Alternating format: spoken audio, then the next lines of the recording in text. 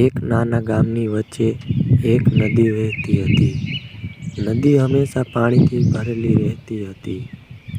નદીના બંને કિનારાને જોડતો નાનો સાંકડો પુલ હતો. પુલ પરથી એક સમયે એક જ જણ પસાર થઈ શકતું. એક દિવસ આ પુલ પર એક બકરી પુલના એક તરફના છેડેથી આવતી હતી.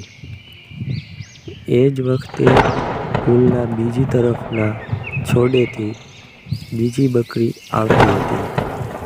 બંને બકરી પુલની વચ્ચે ભેગી થઈ ગઈ. બંનેને એકમેકથી સામેના કાંઠે જવું હતું. બકરીઓ વિચારમાં પડી ગઈ. પાછા જઈ શકાય તેમ ન હતું. એકબીજાની બાજુમાં થઈને પણ નીકળી શકાય તેમ ન હતું. બકરીઓ સમજુ હતી. તે ગભરાઈ નહીં, તેમ તે લડી ઝગડી પણ નહીં. એક બકરી નીચે બેસી ગઈ. બીજી બકરી તેના પર થઈને આગળ નીકળી ગઈ. કેવી સમજુ હતી આ બકરીઓ! થોડી વાર પછી આ પુલ પર પુલના બંને છેડેથી આવતા બે કૂતરા પુલની વચ્ચે ભેગા થઈ ગયા. બંને સામસામેના કિનારે પહેલા પહોંચવા માટે ઝઘડવા લાગ્યા. એક પણ કૂતરો પાછો ખસવા તૈયાર ન હતો. બંને એકબીજાને બચકા ભરી મારામારી કરવા લાગ્યા. તેમનું ધ્યાન રહ્યું નહીં ને બંને નીચે નદીના ઊંડા પાણીમાં જઈ પડ્યા.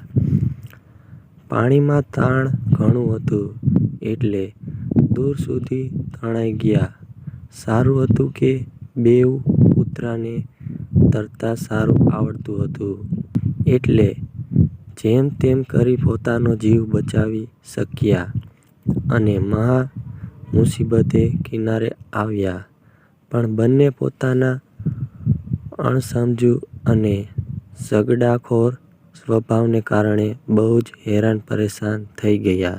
જો આપણે પણ એકબીજા સાથે સાથ સહકાર અને સમજદારીથી કામ લઈએ તો સમજુ બકરીની જેમ મુશ્કેલીમાંથી રસ્તો કાઢી આગળ વધી શકીએ.